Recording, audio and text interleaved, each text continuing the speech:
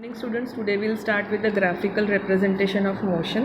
Okay, now to describe motion of an object we use line graphs. Okay, now in this line graphs we have got one physical quantity, distance or velocity, and the other quantity, that is time. Okay, so first we will start with the distance versus time graphs. Okay, now in your textbook, okay, if you see this graph, can you see this graph? On the y-axis you have got distance in kilometers, and on the x-axis you have got time in minutes. Okay, so time is taken along the x-axis and the distance is taken along the y-axis. Okay, now if you observe this graph, it starts from the origin. Okay, and it's a straight line graph. Okay, now if you see for every interval of time, suppose we have got 10 kilometers, how much time it takes, so you can find out from this graph. Okay, similarly if I want to find out by time, so if it is 40 minutes, how much kilometers is traveling, so go straight and parallel, you will come to know. Okay, the distance as well as time at any interval of time can be found out from this graph. Okay, so this is a graph showing a body is moving with uniform speed. Okay, when it is starting from origin and it is a straight line graph of distance versus time, it is a graph showing an object moving with uniform speed. Okay, so if an object travels equal distances in equal interval of time, it is called that it is moving with uniform speed. This is the graphical representation of that. Okay, now for finding out from this graph, if you want to find out the speed, okay, or the even only with the help of the distance and the time, this is the formula. You can take any two distances or any two time, okay, and put it in the formula and you will get the speed. Okay, suppose you can take here s1 s2, any two of them, t1 t2, and put it in this graph and you will get the answer, that is the speed of that object. Okay, now go to the next graph. If you see this graph, again here you have got distance on the y-axis and time on the x-axis. Now this is a curved graph starting from origin. Okay, now this graph shows that the body is in non-uniform motion. The graphical representation is of this table 8.2.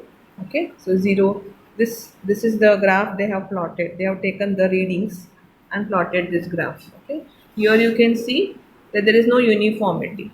So this is a non-uniform motion, representation of non-uniform motion. Now next type of graph which we are going to study is velocity versus time graph. Now here on y-axis you have got velocity, x-axis you have got time. Now the velocity is usually taken in kilometer per hour, okay, and the time is taken in hours. Okay, now if you see this graph, okay, now this graph is again a straight line graph, but it is parallel to x-axis. Can you see this graph? It is parallel to x-axis.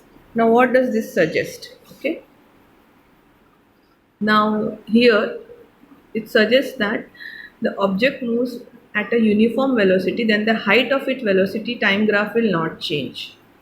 Okay, so if this height, can you see this height? This is the height. This is constant throughout the graph, this height.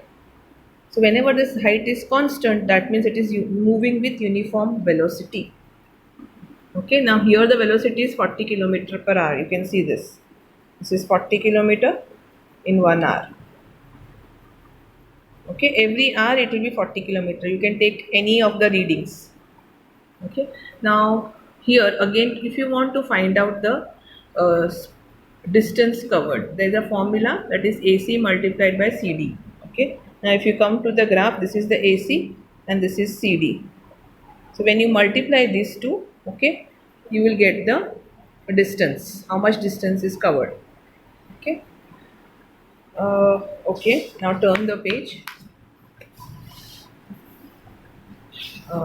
Before turning the page, just one more. Okay, yeah, right, turn the page.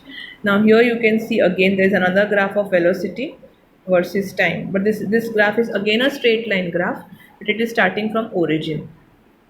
Okay, now this graph, what does it say? That the velocity changes by equal amounts in equal interval of time. That is for uniformly accelerated motion. This is the straight line graph for uniformly accelerated motion, where the acceleration does not change. Okay, so at any given point of time, the acceleration will be same. You can find it out, okay, with the help of this formula. Okay, that is area A B C D E. Now you can see this A, okay, B, A B C D E. This is the area covered. Okay, there's one rectangle and one triangle. Okay, so area of rectangle plus area of triangle. Now area of rectangle is length into breadth, area of triangle is half of AD into DE, that is half of this into this.